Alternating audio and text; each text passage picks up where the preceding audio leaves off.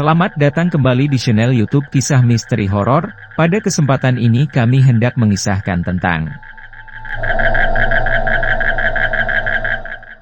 seorang indigo yang mulai berinteraksi dengan makhluk halus. Seperti biasa, sebelum pemirsa channel YouTube Kisah Misteri Horor menyimak kisah ini, silahkan siapkan cemilan dan dalam keadaan santai. Kalau sudah semua, mari kita mulai mendengarkan kisah ini. Indera penglihatan dan pendengaranku terasa semakin menguat terhadap makhluk halus. Bahkan kadang saat ku dengar suara mereka, seakan mereka sedang berteriak tepat di telingaku, begitu kerasnya suara mereka seakan mereka sedang berada di dekatku, meskipun sebenarnya wujud yang mengeluarkan suara itu kulihat masih jauh dariku. Keadaan ini tentunya bisa menggangguku, karena kadang aku terbangun tengah malam gara-gara mendengar suara mereka. Tapi ku coba untuk tetap tidak menggubrisnya, dan lagi, usiaku yang masih terlalu kecil itu membuatku bisa cepat melupakan setiap gangguan itu. Hingga suatu hari, aku bertemu dengan salah satu dari mereka, dan pertemuan itu seakan mengubah seluruh jalan hidupku. Para pecinta dan para subscriber YouTube Kisah Misteri Horor, waktu itu kira-kira aku berumur 10 tahun, masih duduk di bangku SD kelas 5. Aku sering mengikuti pengajian di setiap masjid, bahkan sampai luar daerah kampungku. Aku selalu berangkat mengaji bersama dua orang temanku, yaitu Edi dan Jono, cuma merekalah anak yang mau bergaul dan bermain denganku. Suatu malam aku ikut pengajian di kampung sebelah, agak jauh dari rumah. Seperti biasa, aku berangkat bersama Edi dan Jono. Kami mengikuti pengajian itu dengan sungguh-sungguh, hingga tanpa terasa waktu sudah menunjuk di angka 10 malam. Jarak rumah kami yang jauh, masih harus berjalan kaki pula, membuatku jadi berpikir, pasti nanti waktu akan jadi terlalu malam kalau kami sampai di rumah. Maka aku mengajak Edi dan Jono untuk pulang duluan sebelum pengajian selesai. John, kita pulang duluan yuk, entar bisa kemalaman nyampe rumah ini, bisa dimarahi ibukulah, kataku. Edi menyahut, entar dululah, bentar lagi selesai ini. Nanggung banget. Pulang sekarang aja Ed, jalanan gelap loh, dah malam lagi, aku takut, timpal Jono. Alah, dasar kamu emang penakut John, celetuk Edi. Bukan gitu, kamu tahu kan, kalau rumah kita jauh, balas Jono nggak mau kalah. Alasan aja, jawab Edi. Udahlah, kenapa malah jadi debat gini? Kita pulang sekarang aja lah, kataku menengahi. Ed, kalau kamu masih mau ngikutin pengajian, ya nggak apa-apa, tapi kami balik duluan. Walau dengan menggerundel, tapi mau nggak mau akhirnya Edi ikut juga, dan kita pun pulang sebelum pengajian selesai. Kami jalan kaki melewati jalanan kampung yang gelap dan sepi. Karena dua temanku itu memang penakut, tanpa sengaja mereka berjalan agak cepat, jadi aku pun harus ikut berjalan cepat juga. Tapi akhirnya kami tiba juga di batas kampung kami dengan kampung sebelah. Para pecinta dan para subscriber YouTube Kisah Misteri Horor. Kampung kami memang terletak di pinggiran kota, jadi penerangan jalan masih agak minim. Sebelum kami bisa sampai di rumah, maka kami masih harus melewati sebuah tanah kosong luas yang ditumbuhi pohon-pohon besar dan semak belukar yang lebat. Tanah kosong itu memang terkenal angker di kampung kami, aku juga sering melihat makhluk-makhluk halus di situ.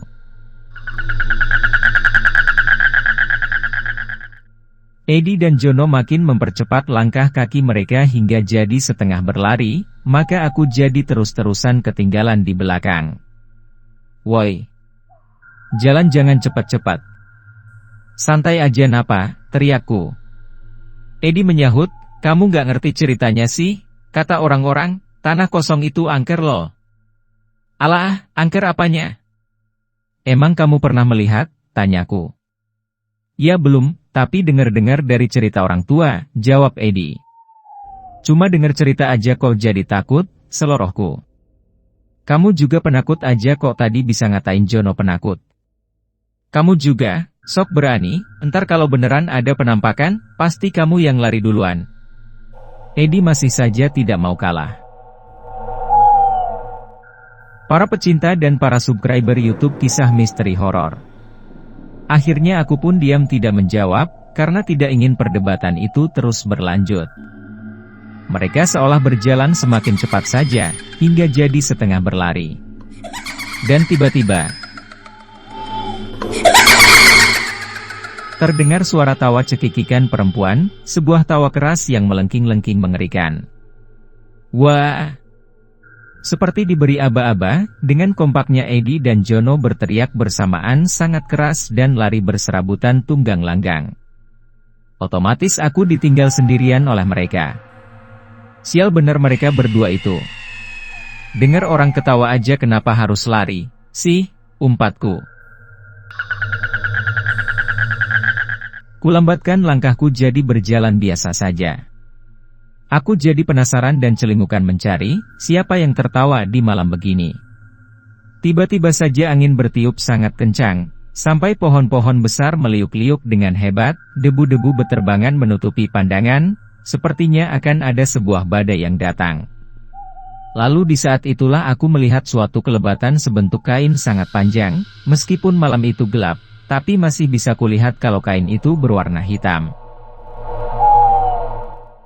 Biasanya kelebatan kain terbang semacam itu berwarna putih atau merah, tapi ini kok berwarna hitam? Maka terus kuawasi aja kain itu sampai menghilang di pohon-pohon besar di tanah kosong itu. Setelah kain hitam itu menghilang, aku pun tidak menggubrisnya lagi.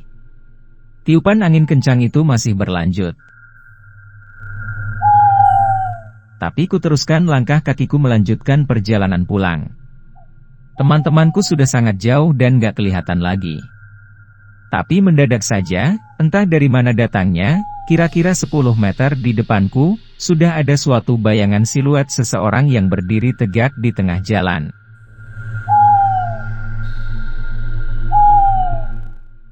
Para pecinta dan para subscriber YouTube Kisah Misteri Horor, orang itu memakai semacam jubah atau gaun panjang sampai ke tanah, pakaiannya itu berwarna gelap, entah hitam atau biru, rambutnya panjang awut-awutan. Karena suasana malam yang sangat gelap dan penerangan yang sangat minim, aku jadi tidak bisa melihat wajahnya. Tapi seingatku tidak ada satupun tetanggaku yang berciri seperti itu. Baru kusadari kalau tiupan angin kencang tadi telah berhenti secara tiba-tiba. Siapa kamu? Kataku mencoba mencari tahu.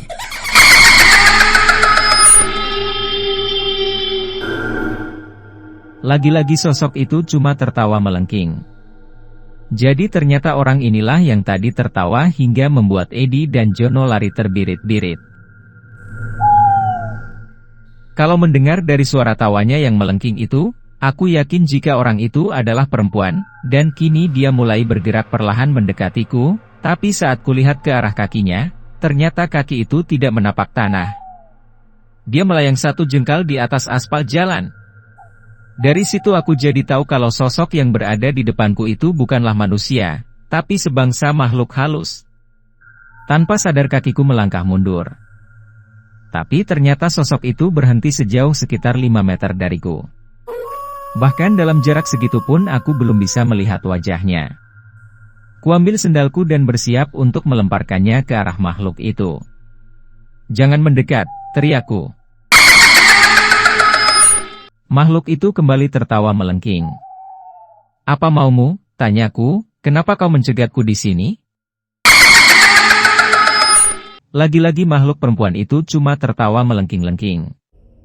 Tawa itu seakan mengejakku, malah bikin aku kesal saja, jadi aku sudah tidak mau bicara lagi. Kini makhluk itu melayang perlahan ke arahku. Dalam keremangan malam itu bisa kulihat kalau pakaiannya berwarna hitam. Tingginya sama dengan manusia, sekitar 175 cm. Bajunya berbentuk semacam baju kurung terusan yang panjang. Wajahnya berwarna sangat putih seperti diberi bedak sangat tebal, dan karena wajahnya yang putih itu aku jadi bisa melihat kalau mulutnya sangat lebar hingga mencapai telinga. Para pecinta dan para subscriber YouTube Kisah Misteri Horor. Makhluk itu memiliki sepasang taring panjang, matanya cuma berupa rongga bolong hitam saja, dia nggak punya bola mata. Hidungnya tidak kelihatan jelas bentuknya. Rambutnya panjang awut-awutan. Aku nggak bisa melihat dengan jelas keseluruhan wajahnya, tapi masih bisa kulihat lelehan darah yang keluar dari rongga mata, hidung dan mulutnya. Tanpa ku kehendaki, bulu-bulu di kuduk dan di tanganku jadi meremang berdiri. Ada semacam tekanan yang sangat besar yang berasal dari makhluk itu, seperti sedang berjalan menentang hembusan angin yang sangat kuat.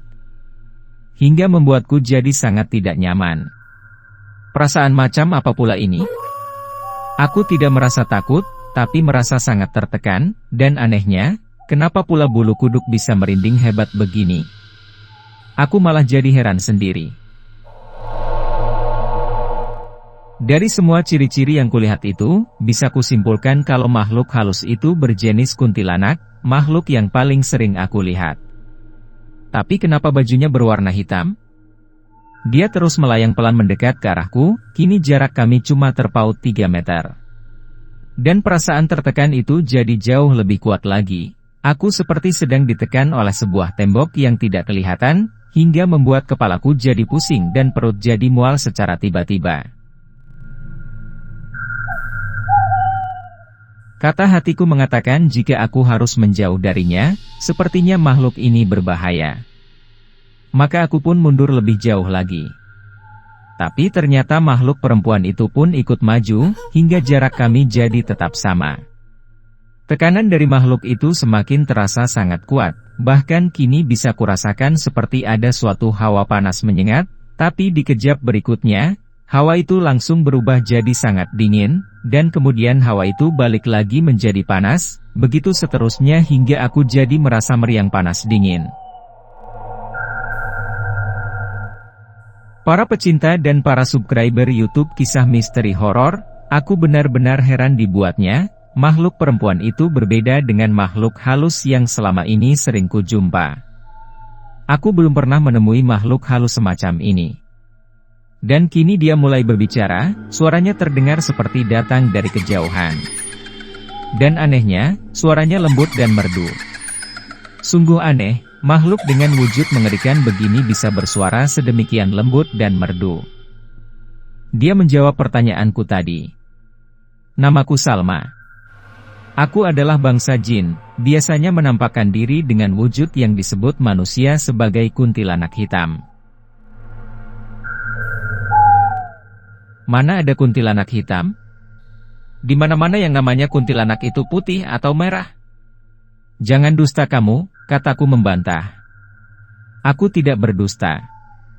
Aku memang kuntilanak hitam. Tidak banyak dari jenisku. Jarang sekali. Mungkin kamu belum pernah melihat yang sepertiku. Aku jadi berpikir, benar juga, mungkin memang aku yang belum pernah melihat. Orang-orang mungkin juga belum pernah melihatnya.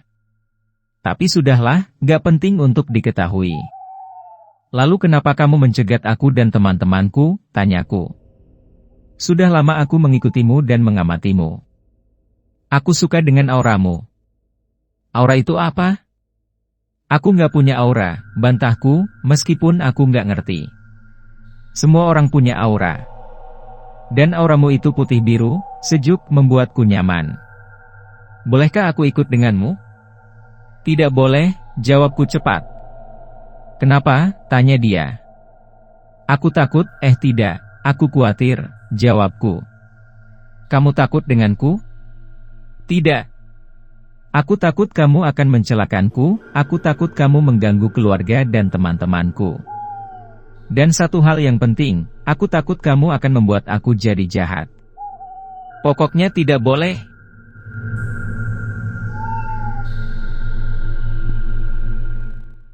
Para pecinta dan para subscriber YouTube Kisah Misteri Horor. Aku nekat bilang seperti itu karena aku ingat perkataan guru agamaku yang bilang kalau manusia meminta sesuatu kepada jin, maka dia termasuk syirik, dan itu adalah dosa yang tak terampuni. Dan kalau manusia sampai tergoda bujuk rayu jin, maka lambat laun dia akan terpengaruh menjadi jahat.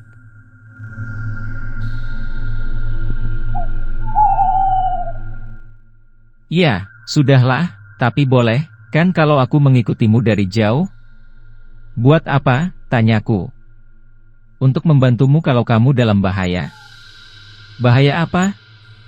Aku belum pernah merasa dalam keadaan bahaya, kataku. Anak sepertimu pasti akan banyak yang mengganggu, mungkin saat ini belum, tapi nanti pasti akan ada banyak gangguan. Terserahlah. Asal jangan dekat-dekat, dan jangan mengganggu keluargaku, juga teman-temanku. Dan yang penting aku tidak minta sesuatu darimu, dan tidak meminta bantuanmu. Kataku dengan ketus. Terima kasih, itu sudah cukup buatku. Kalau begitu terimalah ini, sebagai hadiah dariku, katanya sambil mengulurkan tangan. Entah dari mana asalnya, tahu-tahu saja dia sudah memegang sesuatu yang ternyata adalah sebentuk cincin berwarna putih dengan mata batu berwarna merah terang. Batu merah itu sebesar kacang tanah. Harus kuakui kalau cincin itu memang bagus. Cincin apa ini? Tanyaku. Ini cuma cincin biasa, tidak ada apa-apanya. Tapi aku nggak suka menyimpan benda-benda seperti itu, tukasku. Aku mohon terimalah, ini cuma perhiasan, anggaplah sebagai kenang-kenangan dariku. Setelah berpikir sejenak, akhirnya ku terima juga cincin itu. Kuanggap sebagai cincin biasa, cuma seperti perhiasan saja. Lagi pula bentuknya juga sangat indah. Baiklah, aku harus pergi, tapi aku akan selalu berada di sekitarmu. Aku akan muncul kalau kamu dalam bahaya, kata makhluk itu. Terserahlah. Kamu udah mengganggu perjalananku, nanti aku pasti kemalaman sampai rumah. Maafkan aku yang telah membuatmu kemalaman. Ada satu hal lagi yang ingin kuberitahukan padamu, kata makhluk perempuan itu. Apa itu? Tanyaku. Cepatlah. Keburu malam. Sebenarnya kamu adalah anak istimewa, anak yang diberi kelebihan hingga bisa melihat dan merasakan makhluk-makhluk sepertiku, dan nantinya kelebihanmu menjadi semakin kuat setelah pertemuan ini. Aku pergi sekarang, kita akan jumpa lagi. Dia menghilang begitu saja dari hadapanku. Aku masih diam di tempat, mencoba mencerna apa yang terjadi barusan. Apakah ini adalah kenyataan? Atau cuma halusinasiku saja? Tapi makhluk itu bilang sudah lama mengamatiku tanpa ku ketahui, berarti sudah sejak lama dia tahu tentang aku.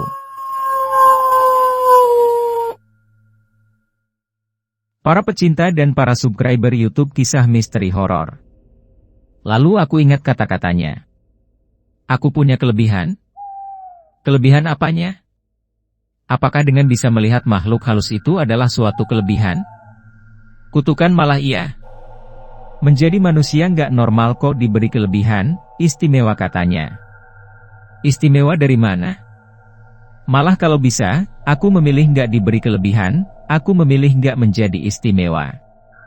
Ditambah lagi, katanya setelah pertemuan ini, maka kelebihan itu akan menjadi bertambah kuat. Entah bagaimana jadinya nanti, aku tidak bisa membayangkannya. Para pecinta dan para subscriber YouTube Kisah Misteri Horor. Itulah pertama kali aku berinteraksi dan menanggapi makhluk halus. Entah kenapa saat itu kok ya mau-maunya menanggapi. Aku seperti terhipnotis oleh suaranya, hingga jadi mau berbicara dengan dia. Tapi kemudian kuputuskan untuk melupakannya, kuanggap sama seperti keseharianku yang selalu melihat makhluk semacam itu.